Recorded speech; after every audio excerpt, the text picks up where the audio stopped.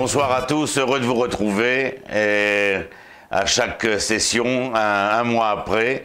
Nous avions 3 émissions précédentes et cette dernière de la série qui vient essayer de nous enseigner, enfin plutôt d'essayer d'apprendre ensemble ce que voudrait dire, en tout cas promouvoir un monde de paix.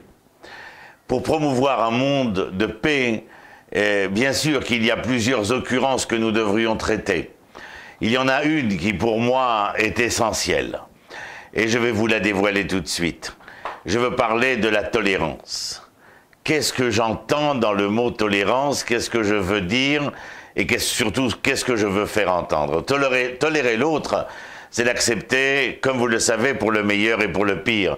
Que l'on soit d'accord d'ailleurs avec lui ou non. La tolérance, c'est l'une des valeurs essentielles que nous devrions promouvoir davantage, au même titre que le respect de la liberté des hommes. Autrui est l'autre, puisqu'il est différent et qu'il est reconnu comme d'égale valeur en dignité morale que la mienne.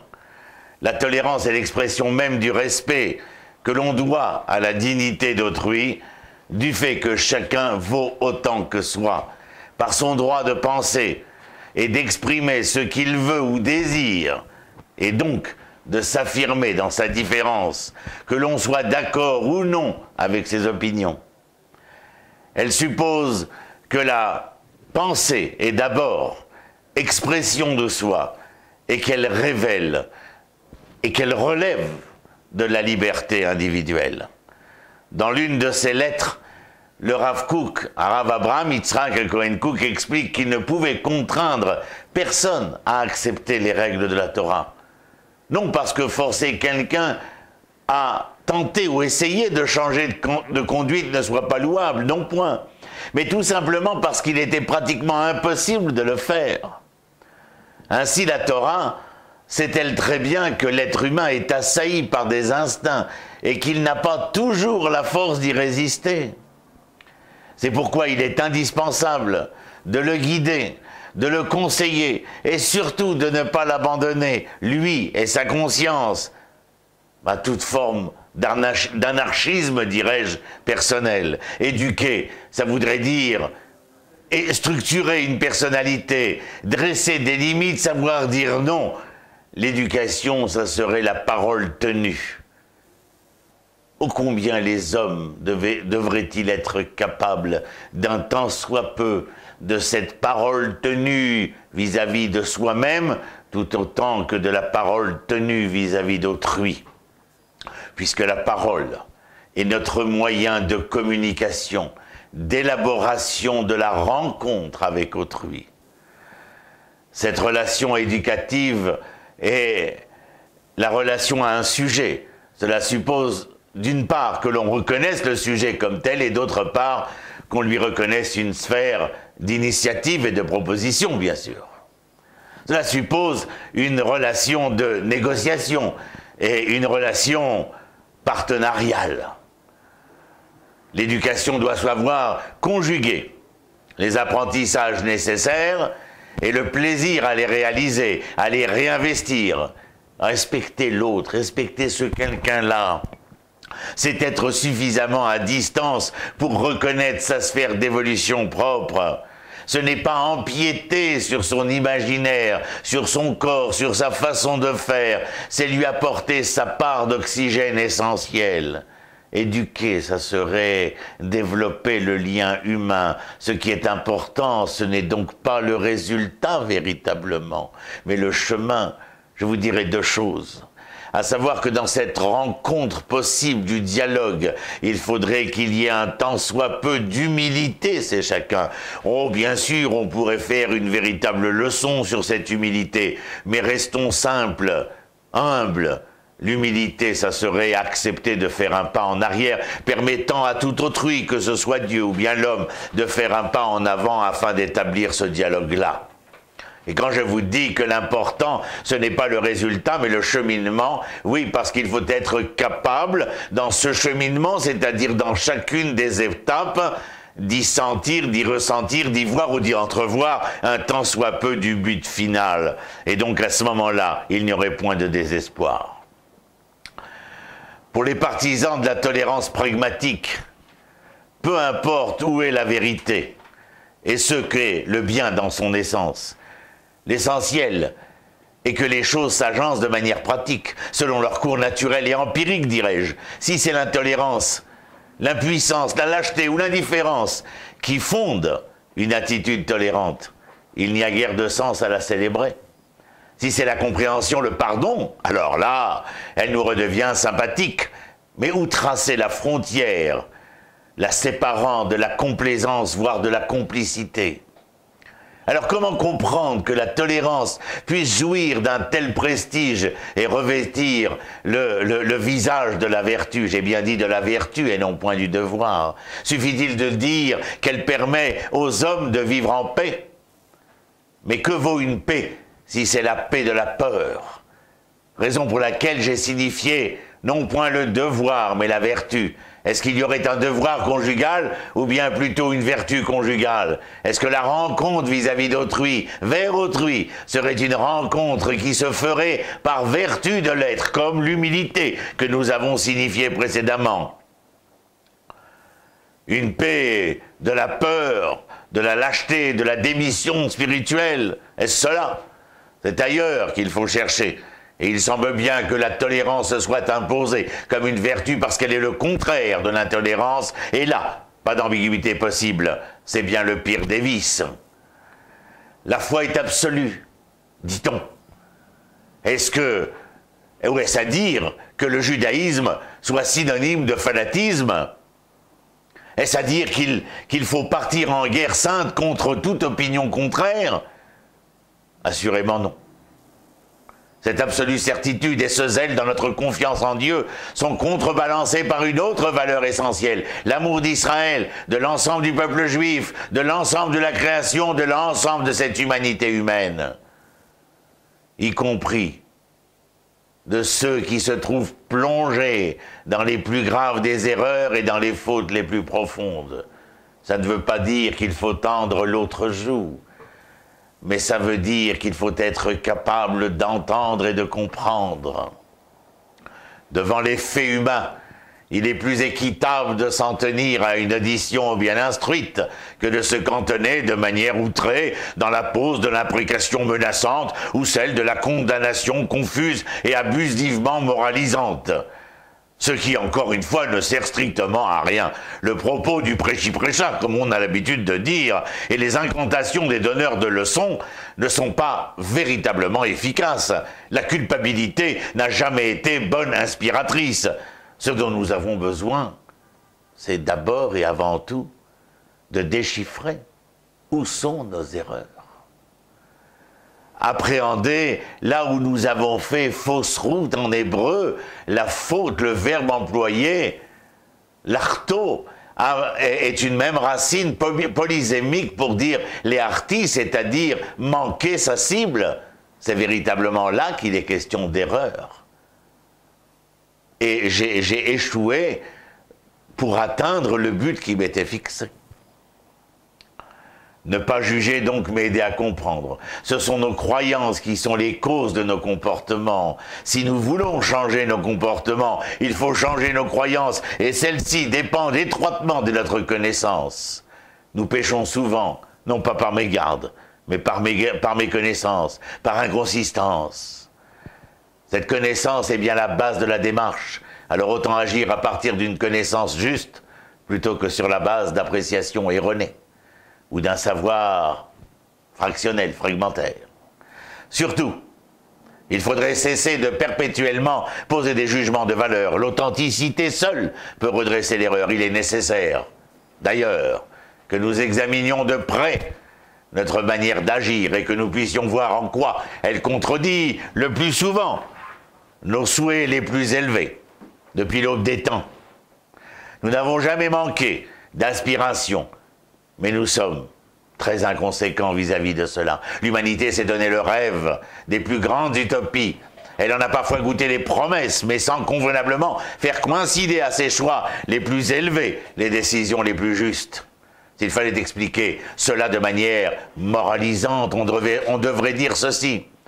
Nous avons aussi souvent été sinueux, vains, hypocrites et menteurs, Acceptons-le. Mais à quoi aiderait pareil jugement moral? À saper toute croyance, à briser tout élan? Et si mon enfant, cet enfant, se trouvait dans la difficulté, est-ce bien en le culpabilisant, en l'écrasant, qu'il pourrait entrevoir d'autres lendemains? Laissons donc les procès d'intention et mettons l'accent sur l'observation de ce qui est et reconnaître en tout cas le temps soit peu bien bon et beau. C'est la compréhension qui importe par-dessus tout, le discernement de la vraie nature de vie, l'entendement des hommes tels qu'ils sont et non tels que nous voudrions qu'ils soient. L'homme idéal, cela n'existe pas. L'homme perfectible est une réalité. Mais l'homme parfait est un vœu pieux. C'est peut-être même une contradiction interne. Il y a les hommes battants, avec leur ambiguïté, leurs limites, leurs déficiences, leur méprise, leur insuffisance, et cette flamme intérieure qui les pousse à octroyer le meilleur d'eux-mêmes, mais aussi leurs troubles et leurs sursauts, leurs opacités et leur éclat. Cette simplicité qui rend l'être humain au fond si attendrissant, exigée à coups de jugements moraux de l'homme réel, qu'il soit idéal, est au fond, oui, disons-le, très cruel.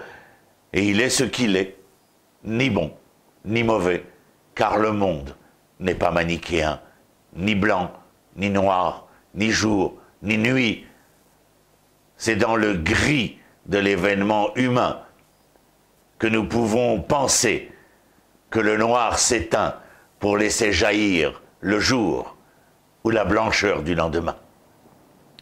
Dans le monde relatif, rien n'est absolu, bien entendu. Les hommes sont ce qu'ils sont. Ils sont édifiants dans leur imperfection, même ils sont édifiants dans leur simple et originale singularité incomparable.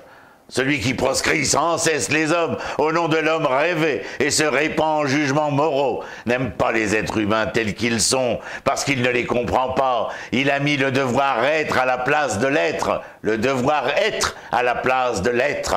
C'est donc qu'il cherche un avoir de l'homme, mais non pas l'être de l'homme. Il sollicite beaucoup, et c'est son amertume qui lui dit que les hommes ne seront jamais à la hauteur. C'est de là qu'il tire son inhumanité critique.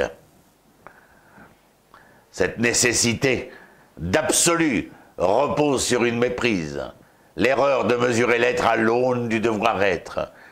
Mieux on appréhende une personne et moins on accepte de la juger. Une mère qui aime son enfant, est-ce qu'elle peut le juger ou bien apprécier ce qu'il est? Elle l'accueille pour lui donner un nouvel élan. Et l'élan de l'amour fait davantage que n'importe quoi pour réparer, construire, plutôt que des critiques acerbes. L'amour ne prononce pas de jugement et ne montre pas du doigt une faute. Et puis, à chaque fois que vous montrerez du doigt, il y a un doigt vers l'accusé, mais ô combien à votre égard, pour une autre remise en question. C'est l'intellect coupant qui pointe du doigt le reproche et planque le jugement moral. Ce n'est pas le cœur qui, lui, comprend et éclaire. C'est différent. Si la Torah est intransigeante et absolue, cela ne signifie nullement qu'elle soit intolérante et rigide, tout en écartant une attitude fanatique, faite d'impatience et de colère. Nous devons admettre une sorte d'intransigeance armée de patience. Intransigeance armée de patience. Ce qui sert, bien entendu, au monde de la diplomatie qui est le nôtre. Car dans un univers où tout nous presse, nous sommes de plus en plus récalcitrants à l'attente.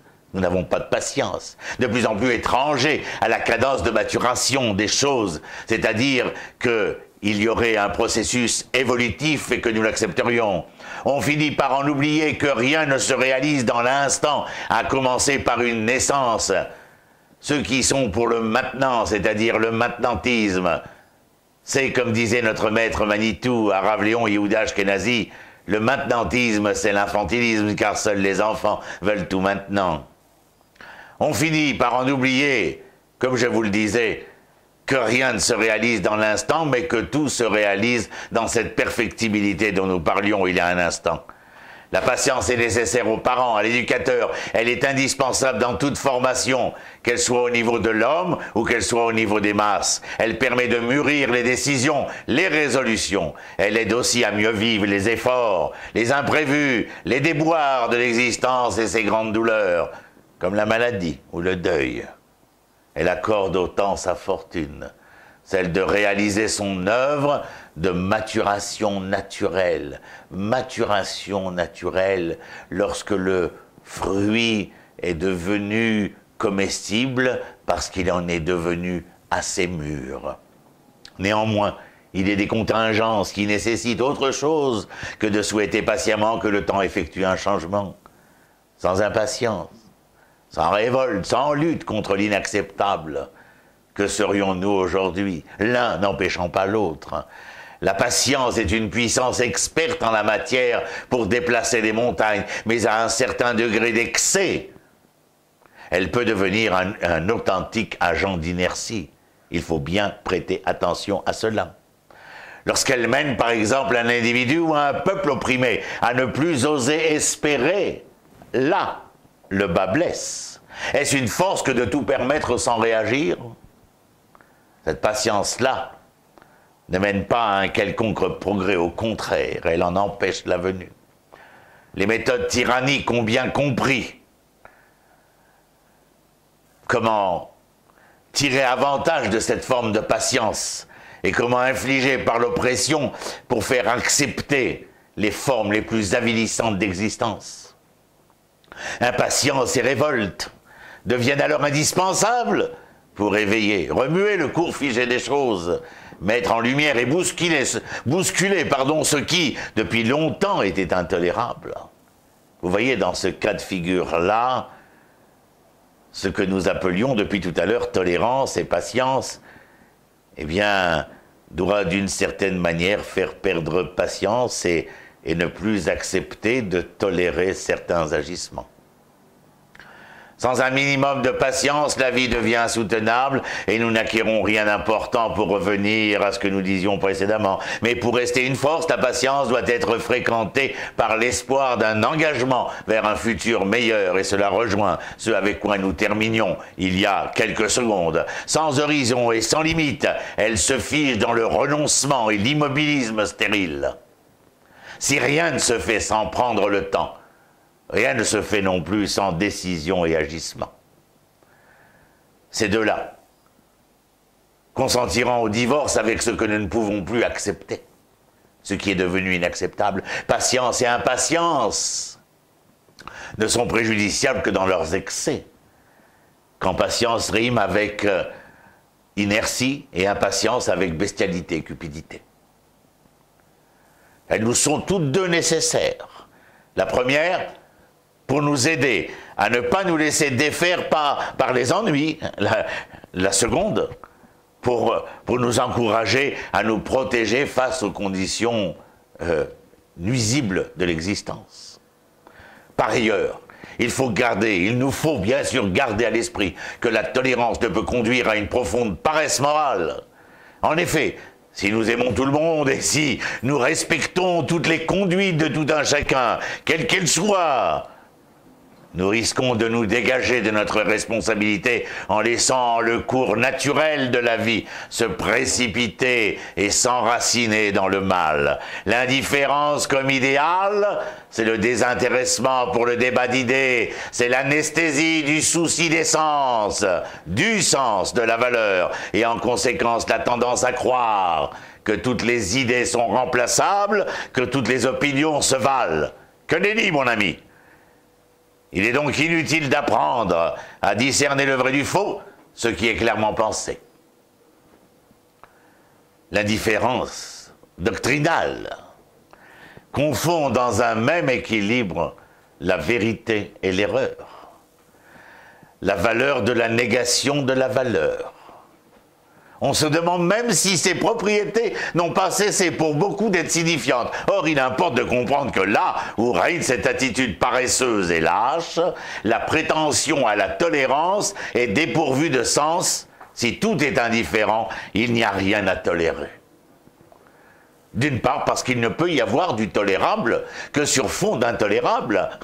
La tolérance présume le sens des différences et l'aptitude à les évaluer. Elle n'est pas cette paralysie et ce renoncement de l'esprit à la faveur desquels le pire peut avoir le droit de citer. La tolérance montre à la fois l'idée d'un accord et celle d'une désapprobation. Elle est la frontière, en fin de compte, séparant le tolérable de l'intolérable. Pour des raisons morales, d'abord. Aucune attitude s'accommodant du mal fait à autrui ne peut être légitimée. Moralement, bien sûr.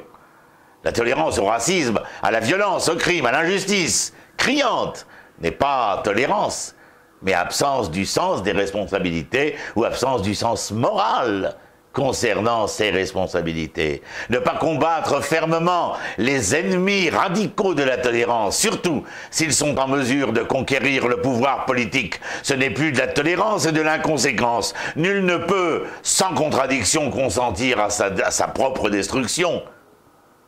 Qui le penserait? Qui l'accepterait?